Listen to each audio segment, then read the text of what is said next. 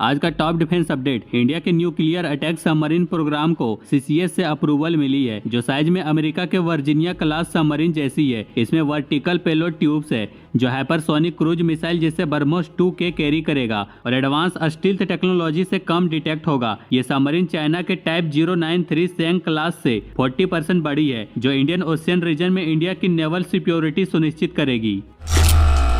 India का AMCA programme अभी critical stage में है, जहां AMCA इंजन के लिए स्वदेशी ऑप्शन सिलेक्ट करना है। इंडिया ने GEF414 इंजन खरीदी है, लेकिन स्वदेशी नहीं है। रशिया के AL51F1 इंजन का लोकल डेवलपमेंट नेगोशिएट न करने से इंडिया ने एक इम्पोर्टेंट मौका खो दिया है। इस इंजन की थ्रस्ट परफॉर्मेंस और इंफ्रारेड सिग्नेचर मैनेजमेंट से AMCA के लिए एक परफेक्ट इंजन डेवलप हो सकता था।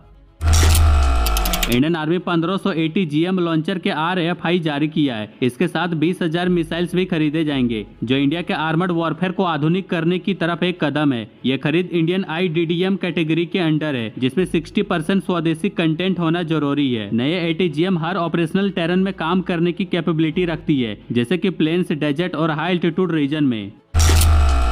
यूरोफाइटर टाइफून ने भारतीय वायुसेना के 114 जेट के MRFA प्रोग्राम के लिए अपनी कैंपेन को तेज कर दिया है। डेसॉल्ट एविएशन के राफेल पर कंसर्न उठाते हुए कहा कि डेसॉल्ट का प्रोडक्शन सिर्फ 24 जेट पर ईयर तक पहुंचने की संभावना है, जबकि इंडियन प्लांट से सिर्फ 12 जेट एनुअली बनेंगे, जो 114 जेट के लिए 9 साल लगेंगे। वहीं Eurofighter 24 jet per year produce कर सकता है, और वह भी राफेल से कम कॉस्ट पर।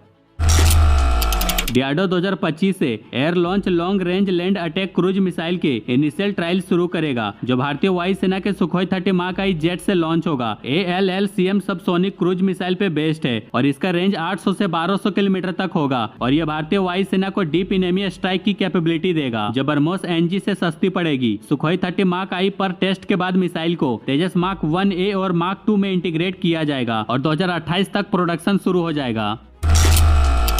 यूक्रेन और मिडिल ईस्ट के रिसेंट कॉन्फ्लिक्ट ने ड्रोन वॉरफेयर को बदल दिया है, जहां ड्रोन ने एयर डिफेंस सिस्टम को ढूंढकर उस पर एक्यूरेटली स्ट्राइक किया। इंडिया के लिए HAL का LCH ड्रोन थ्रेट्स को काउंटर करने का सॉल्यूशन है। भारतीय वायुसेना के सुखोई 30 मार्क आई और राफेल ड्रोन स्वार्म को इफेक्टिवली टैकल नहीं कर सकते, लेकिन LCH अपनी एगिलिटी और वेपन से उन्हें न्यूट्रलाइज कर सकता है।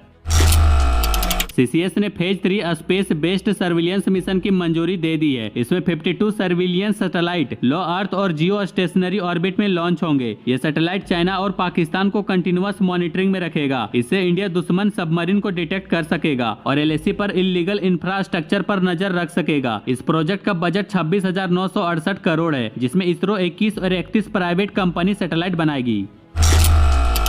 इंडियन आर्म फोर्सेस को कैबिनेट कमेटी ऑन सिक्योरिटी से 31 MQ-9B UAV खरीदने की मंजूरी मिल गई है। ये डील 2024 के अंत तक साइन होने की संभावना है और पहली डिलीवरी 2027 के अंत में या 2028 के शुरुआत में होगी। MQ-9B UAV की इंडोरेंस 40 घंटे से ज्यादा है और यह हाई एल्टीट्यूड सर्विलियंस और कॉम्बैक्ट मिशन के लिए बेस्ट है, जो मिलिट्री कैपेबिलिटीज को मजबूत करेगा। चाइना के जेट TQ-15 लाइट टैंक को रिसेंट फुटेज में देखा गया है। इन टैंक्स में लार्ज केज लाइक ग्रिल्स लगाए गए हैं, जो ड्रोन और लोइटरिंग मुनेशन के खिलाफ प्रोटेक्शन देगा। इस अपग्रेड को इंडिया के कामिकेज ड्रोन और लोइटरिंग मुनेशन की खरीद के चलते किया गया है, क्योंकि ये drone light tank armoured vehicle को टारगेट करने में इफेक्टिव है।